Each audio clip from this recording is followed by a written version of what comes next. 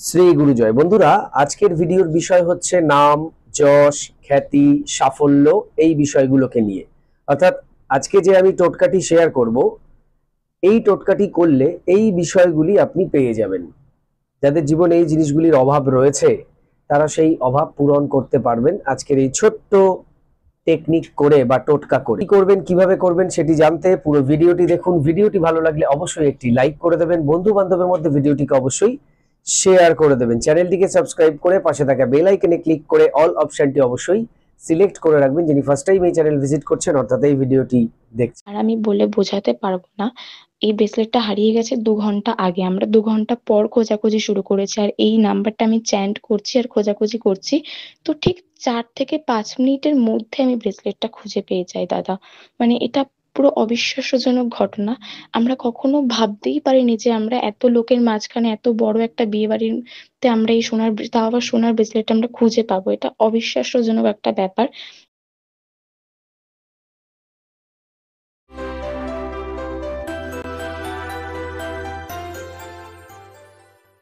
নমস্কার দর্শক বন্ধুরা, আপনাদের সকলকে আরো একবার রেইকি বার্তায় স্বাগত জানাচ্ছি। আমি আপনাদের বন্ধু শ্রী মিঠুন রয়, রেইকি গ্র্যান্ড মাস্টার। আপনারা নিশ্চয়ই ভালো আছেন, আমিও খুব ভালো আছি। বন্ধুরা, যেমন বলছিলাম, নাম, যশ, খ্যাতি, সাফল্য।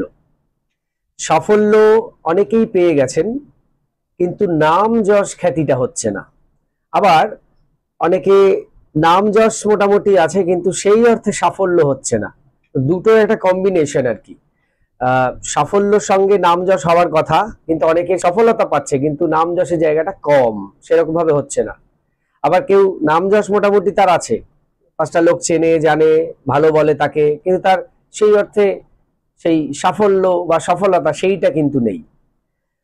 তো আজকে যে টোটকাটি আমি শেয়ার করব, সেটা করলে এই উভয় জিনিসগুলোই কিন্তু আপনি অ্যাট্রাক্ট করতে পারবেন। কি করবেন?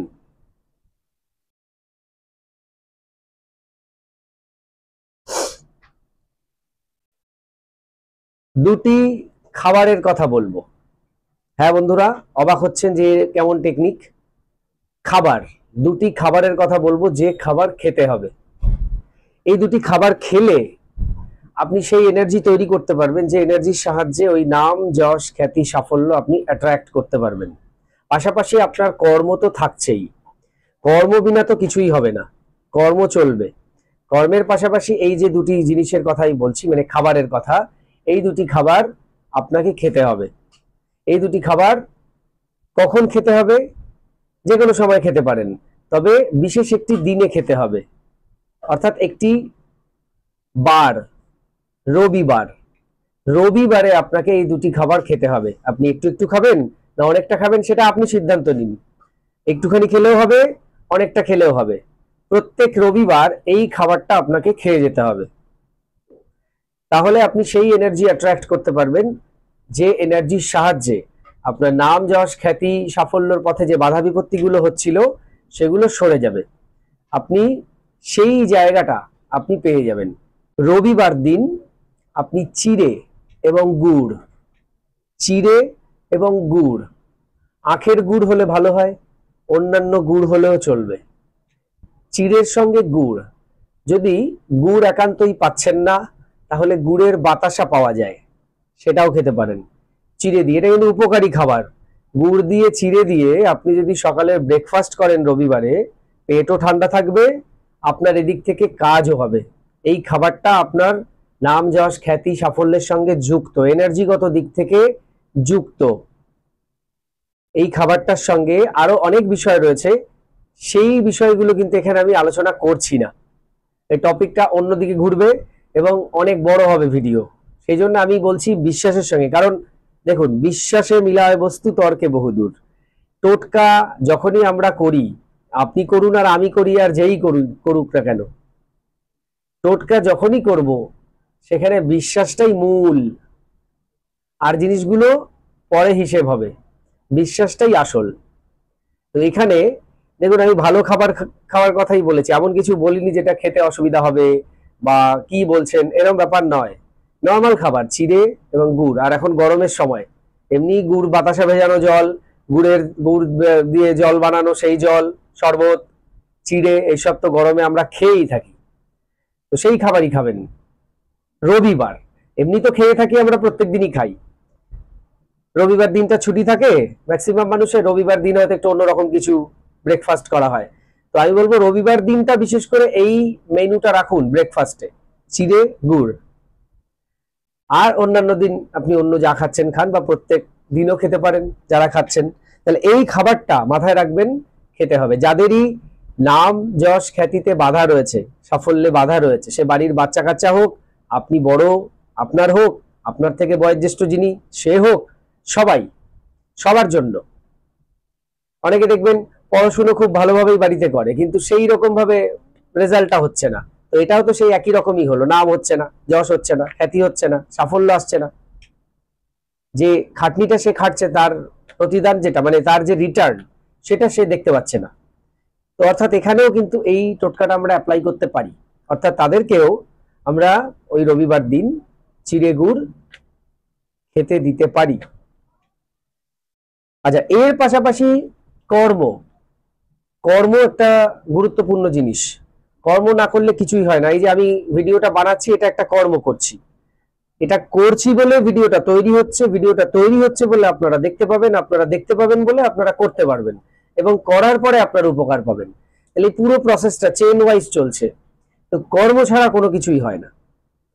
তো কর্ম আমাদের প্রত্যেককে আরো ভালো করে করার চেষ্টা করতে হবে, যতটা আমরা করতে পারি। এই যে আমি যে রেইকি শেখাই, বা আমি যে রেইকি নিজে অ্যাপ্লাই করি, এর মধ্যে 5 প্রিন্সিপাল আছে, তার মধ্যে 3 নম্বর প্রিন্সিপালই এটা, just for today work hard. মানে আজকের দিনের জন্য আমি আমার কাজকে সৎভাবে করব, মানে ফাঁকি মারবো না। তাহলে দেখুন এই রেইকির মধ্যেও কর্মের একটা সুন্দর জায়গা কিন্তু রয়েছে, এবং এটা সবকিছুর মধ্যেই পাবেন। কর্ম ছাড়া কোথাও কিছু হয় না। এবার আরেকটি কাজের সঙ্গে করতে হবে এই রবিবার দিনই, সেটা কি? এই রবিবার দিন 108 বার একটি মন্ত্র জপ করতে হবে, বা 108-এর বেশিও জপ করতে পারেন। মন্ত্রটি আমি স্ক্রিনে লিখে দিচ্ছি, বলেও দিচ্ছি। তবে আরেকটি কথা বলবো, সেটা হচ্ছে এই রবিবার দিন যদি সম্ভব হয়, তাহলে নিরামিষ আহার গ্রহণ করতে পারেন, যদি সম্ভব হয়। আমি জানি যে এটা হয়তো সম্ভব হবে না, কারণ সারা সপ্তাহ অফিস করছেন, কলকারখানায় মানুষ যাচ্ছে, কাজকর্ম করছেন, রবিবার দিনটা ছুটি, সেই দিন একটু বাড়িতে নিরামিষ আইটেম বাদ দিয়ে একটু আমিষ আইটেমের দিকেই মানুষের ইচ্ছে থাকে, কারণ সারা সপ্তাহ সেইভাবে দৌড়োদৌড়িটাই থাকে আর কি। এই সময় ট্রেন ধরতে হবে, এই সময় বাস ধরতে হবে, এই সময় এইখানে যেতে হবে, রিল্যাক্সের ব্যাপারটা তো থাকে না, সেটা শনিবার রাত থেকে শুরু হয়।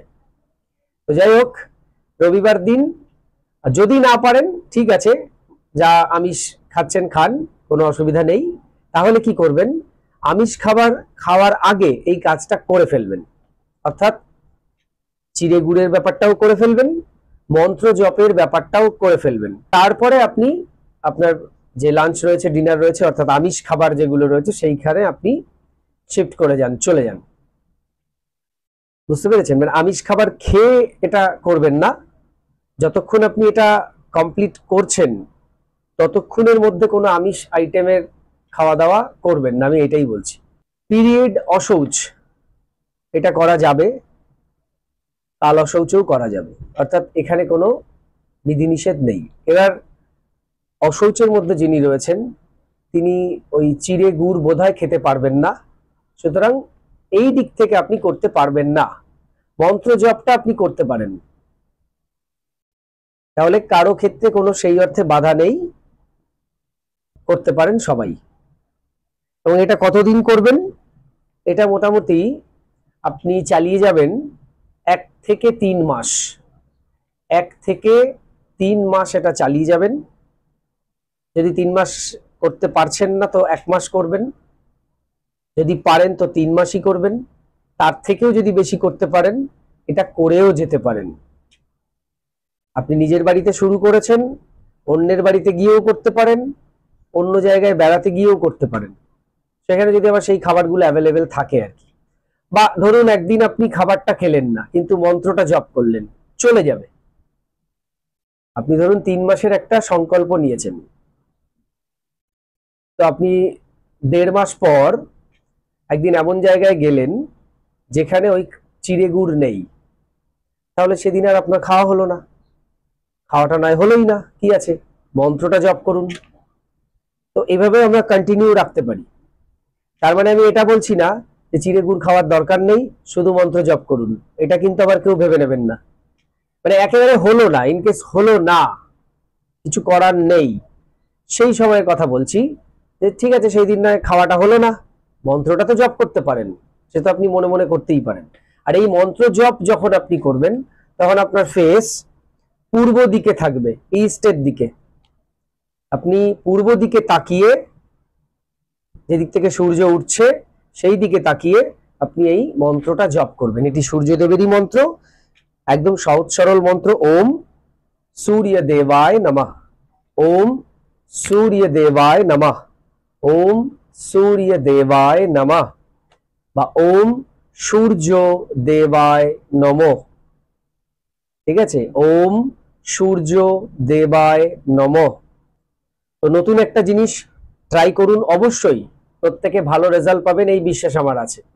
কে কতটা উপকার পেলেন সেটা তো কমেন্ট বক্সে অবশ্যই পরে জানিয়ে যাবেন। আপাতত এই মন্ত্রটাও লিখে যেতে পারেন, ওম সূর্য দেবায় নমঃ, অথবা থ্যাংক ইউ ইউনিভার্স লিখে যেতে পারেন। সকলে খুব ভালো থাকুন। এই ছিল আজকের ভিডিও। আরো কিছু জানতে অথবা রেইকি শিখতে স্ক্রিনে দেওয়া নাম্বারে হোয়াটসঅ্যাপ করুন। বর্তমানে প্রত্যেকটি ক্লাস অনলাইনে চলছে, আপনার বাড়িতে বসে আপনি যে কোনো ক্লাস বা কোর্স ইজিলি করতে পারেন। হোলি ফায়ার 3 রেইকি, যা বিশ্বের সবচেয়ে শক্তিশালী রেইকি, যে রেইকি শিখলে আপনি আপনার জীবনের সমস্ত ধরনের সমস্যাকে সমাধান করতে পারেন। এই কোর্স শেখার জন্য, এছাড়া বিভিন্ন কোর্স আমি শেখাই, যে কোনো কোর্স শেখার জন্য যোগাযোগ করুন এবং শিখে নিন সেই কোর্স। সবাই খুব ভালো থাকুন, সুস্থ থাকুন, দেখতে থাকুন রেইকি বার্তা। এতক্ষণ ভিডিওটি দেখার জন্য, কথাগুলো শোনার জন্য আপনাদের অসংখ্য অসংখ্য ধন্যবাদ জানাই। আজকে আসছি, নমস্কার।